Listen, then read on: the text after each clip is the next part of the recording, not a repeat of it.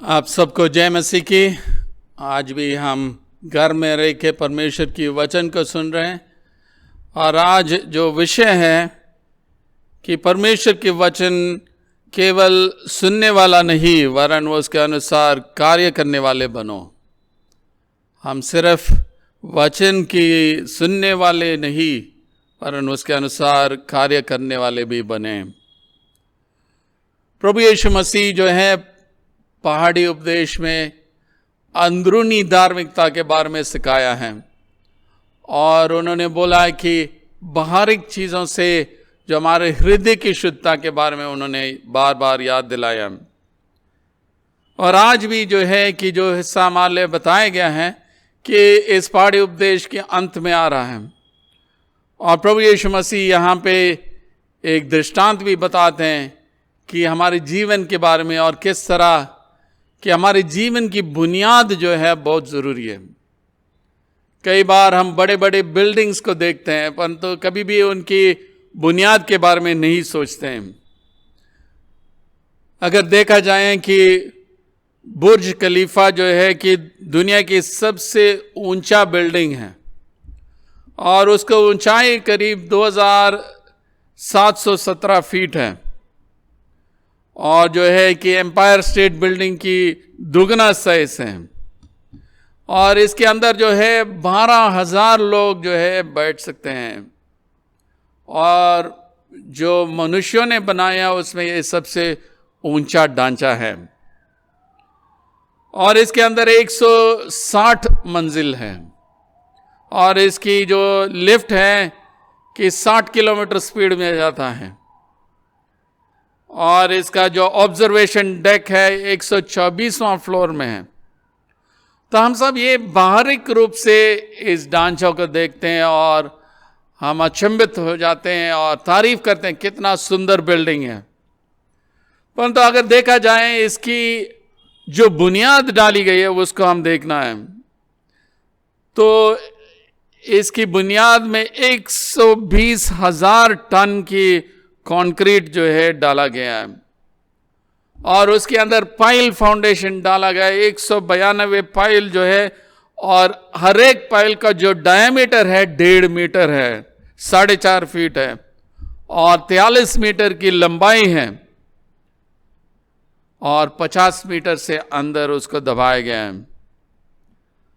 और ये सारे इसलिए किया ताकि इस बिल्डिंग का पूरा जो वजन है 450,000 टन को वो जो है उसको उठा सकते हैं।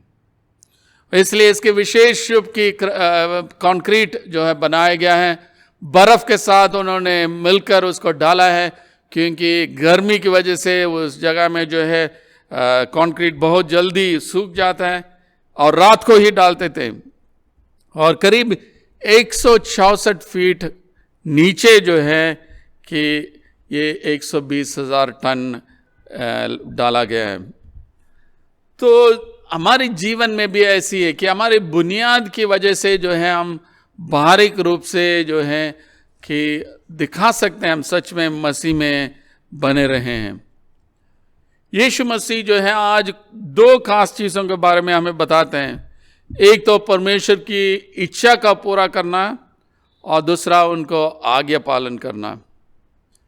मत्ती 7:21 में लिखा, जो मुझसे हे प्रभु कहता है उनमें से हर एक स्वर्ग के राज्य में प्रवेश न करेगा परंतु वही जो मेरे स्वर्गीय पिता की इच्छा पर चलता है।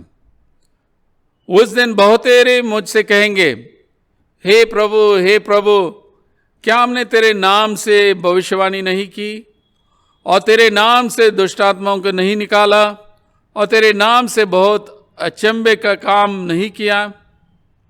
तब मैं उनसे खुलकर कह दूंगा कि मैंने तुमको कभी नहीं जाना।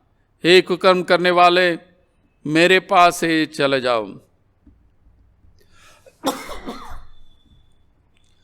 और जैसे मैंने बताया ये जो हिस्सा जो है प्रभु यीशु मसीह की पहाड़ी उपदेश के अंत में आता है।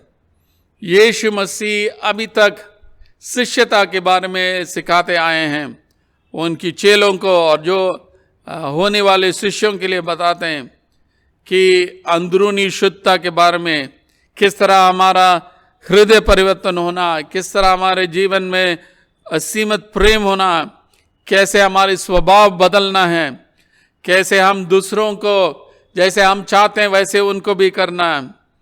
और यीशु मसीह जो है वो सकेत रास्ता के सकेत फाटक के द्वारा प्रवेश करने के लिए हमें बताया है और चेतावनी भी दिया कि अंतिम दिनों में झूठी भविष्यवक्ताओं, झूठी शिक्षक आएंगे और वो जो लोमड़े हैं कि मेमने के रूप में आएंगे।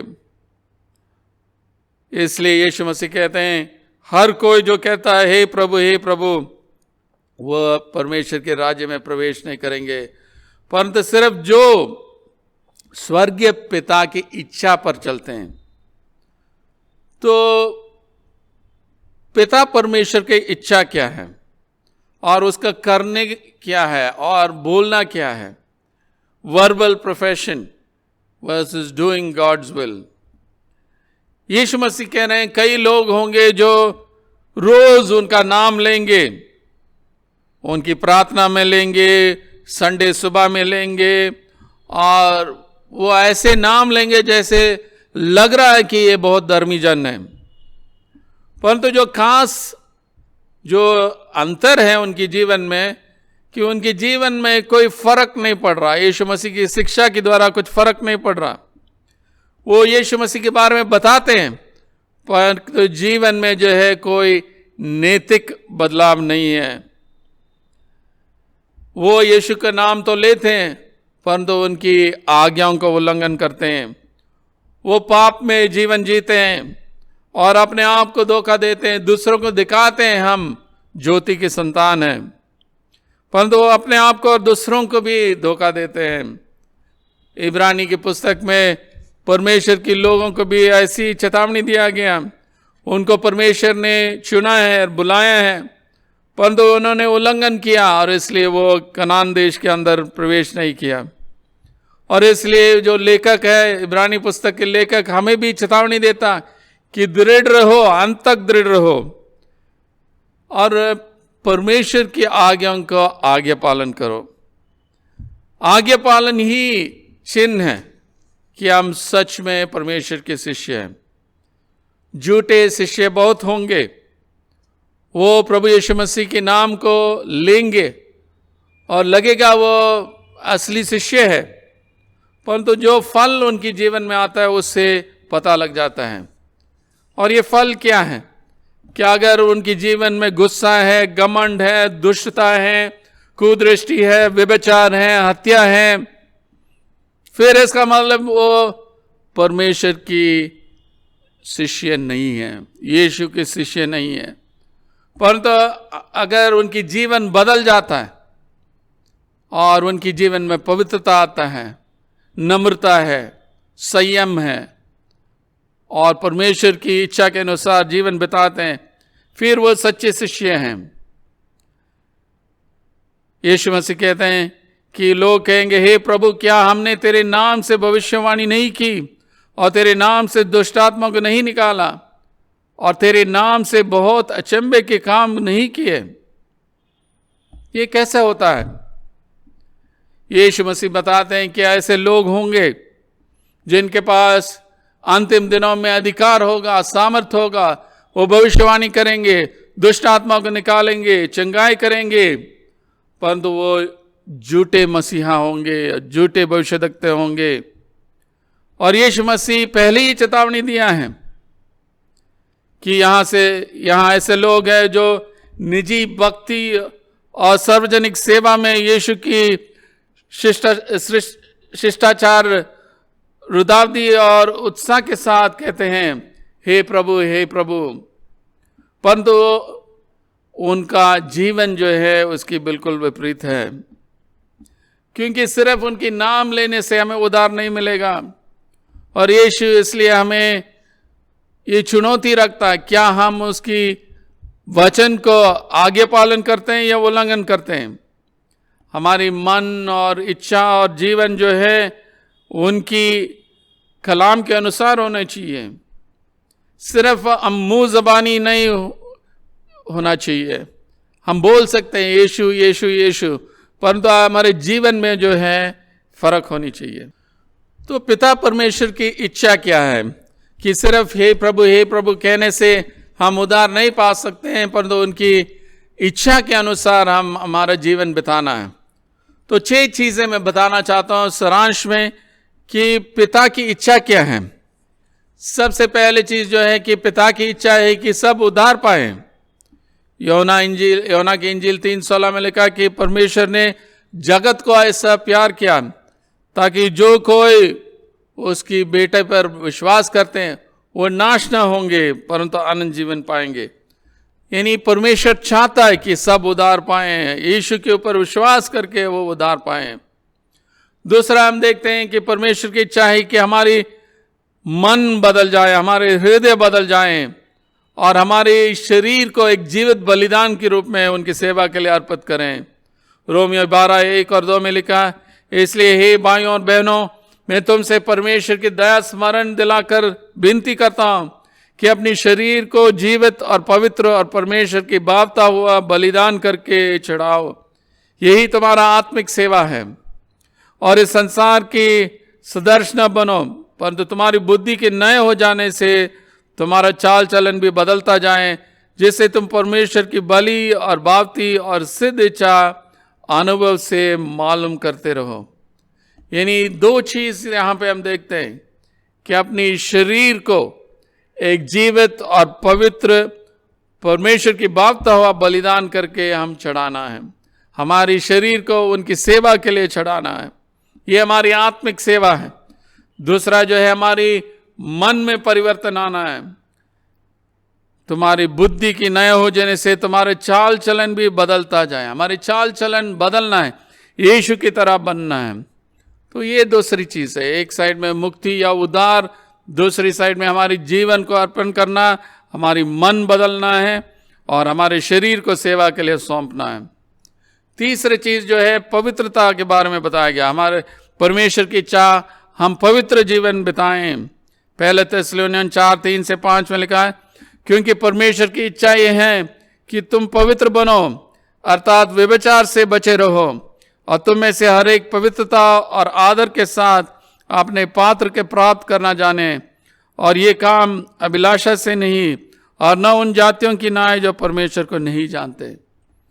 तीसरा चीज परमेश्वर की इच्छा है कि हम पवित्र जीवन बिताएं, व्यभिचार न करें, यानी गलत संबंध नहीं रखें, क्योंकि यीशु मसीह चाहता है कि हम जो है कि सही रास्ता में चलें, व्यभिचार को छोड़ें, मानसिक रूप से शारीरिक रूप से व्यभिचार को छोड़ें। चौथी चीज हमने देखा है कि 1 थिस्सलुनीयन 5:16-18 में सदा आनंदित रहो, निरंतर प्रार्थना में लगे रहो, हर बात में धन्यवाद करो, क्योंकि तुम्हारे लिए ये मसीह में परमेश्वर की यही इच्छा है। लगातार प्रार्थना करो, सदा आनंदित रहो और हर बात में धन्यवाद करो। यानी परमेश्वर की इच्छा यही है, तो हम लगातार प्रार्थना में लगे रहना, ये उनकी इच्छा है। और दूसरा हम देखते हैं, 5वां चीज हम देखते हैं कि बुराई की जगह में भलाई करना। 1 पत्रस 2:15 में, क्योंकि परमेश्वर की इच्छा यह है कि तुम भले काम करने में निर्बुद्ध लोगों की अज्ञानता की बातों को बंद कर दो। हमारी भले काम के द्वारा जो हमारे विरोध बात करते हैं उनको हम बंद कर सकते हैं। अंत में जो है हम देखते हैं कि दुख उठाना भी पिता की इच्छा है। 1 पत्रस 4:19 में लिखा है, इसलिए जो परमेश्वर की इच्छा के अनुसार दुख उठाते हैं वो भलाई करते हुए अपने अपने प्राण की विश्वास योग्य सृजनहार के हाथ में सौंपे। तो ये 6 चीज जो है हमने देखा कि परमेश्वर की इच्छा है। उद्धार, मुक्ति, ये परमेश्वर की इच्छा है। हमारी शरीर को उनकी सेवा के लिए अर्पण करें, हमारी मन बदल जाए, ये परमेश्वर की इच्छा है। पवित्र जीवन बिताएं, व्यभिचार को छोड़ दें, मानसिक रूप से शारीरिक रूप से, ये परमेश्वर की इच्छा है। आनंदित रहो, निरंतर प्रार्थना करो, धन्यवाद दो, ये परमेश्वर की इच्छा है। बुराई की जगह में भलाई करो, ये परमेश्वर की इच्छा है। और दुख उठाने के लिए हम तैयार रहना है। यानी यही परमेश्वर पिता की इच्छा है और हम इसको पूरा करना है। दूसरी हिस्सा में हम देखते हैं 24 से 28 तक देखते हैं कि यीशु मसीह हमें बताते हैं सिर्फ उनके बारे में मानसिक ज्ञान से कुछ फर्क नहीं पड़ता, परंतु हम करने वाले बनना है। सिर्फ सुनने वाला नहीं, वरन उसके अनुसार कार्य करने वाला बनना है। इसलिए जो कोई मेरी ये बातें सुनकर उन्हें मानता है, वो उस बुद्धिमान मनुष्य की नाय ठहरेगा जिसने अपना घर चट्टान पर बनाया। और मैं बरसा और बाढ़ें आई और आंधियां चली और उस घर पर टकरे लगी, परंतु वो नहीं गिरा क्योंकि उसकी नींव चट्टान पर डाली गई थी। परंतु जो कोई मेरी ये बातें सुनता है और उन पर नहीं चलता, वो निर्बुद्धि मनुष्य की नाय ठहरेगा जिसने अपना घर बालू पर बनाया। और मैं बरसा और बाढ़ें आई और आंधियां चली और उस घर पर टकरे लगी और वह गिरकर सत्यानाश हो गया। जब यीशु ये बातें कह चुका तो ऐसा हुआ कि भीड़ उसके उपदेश को चकित हुई, क्योंकि वह उनकी शास्त्रियों के समान नहीं, परंतु अधिकारी की नाय उन्हें उपदेश देता था। तो यीशु मसीह एक दृष्टांत बताते हैं दो मनुष्यों के बारे में। दोनों घर बनाते हैं, दोनों एक ही जगह में बना रहे हैं, और एक जो है चट्टान पर जो है नींव डालता और दूसरा बालू पर नींव डालता, और दोनों के ऊपर हमला होता है। तूफान आई, आंधी आई, बाढ़ आई, उनके ऊपर टकरे, परंतु एक तो दृढ़ रहा, दूसरा गिरा है। और फर्क क्या था? इन दोनों में फर्क यही था कि उनकी बुनियाद, एक का बुनियाद जो है चट्टान में था, और जब हम परमेश्वर की वचन को सिर्फ सुनने वाले नहीं परंतु उसको करने वाले बनते हैं, फिर हम चट्टान के ऊपर नींव डाल रहे हैं। इसलिए परमेश्वर के वचन को आगे पालन करना सबसे खास बात है। उसी के द्वारा हमारा जीवन दृढ़ रह सकता है। जब परमेश्वर हमें उद्धार करता, हमें सेवा के लिए उद्धार करता है ताकि हम सेवा करें। हमें बुलाया गया है कि हम परमेश्वर की इच्छा के अनुसार हमारे जीवन बिताना है। तो यहाँ पे हम देखते हैं कि नया नियम में कि शिष्यता के बारे में बिल्कुल स्पष्ट रूप से बताया गया कि हमारी शब्दों के द्वारा नहीं है, हमारी जो बाहरिक रिलीजियोसिटी यानी धार्मिकता के द्वारा नहीं है, हमारी आश्रय कर्म जैसे दुष्ट आत्मा को निकाल रहे हैं यीशु के नाम में, उससे नहीं है, परंतु परमेश्वर की इच्छा के अनुसार जीवन बिताना। और ये कैसा हो सकता? जब हम यीशु के साथ एक घनिष्ठ रिश्ता रखते हैं। इसलिए हम अच्छे शब्द हे प्रभु या अच्छे काम अगर करते हैं, जैसे दुष्टात्मा को निकाल रहे हैं, चंगाई लाते हैं, वो धार्मिकता नहीं है। सच्चे धार्मिकता अंदरूनी धार्मिकता है। सच्चे धार्मिकता अंदरूनी पवित्रता है।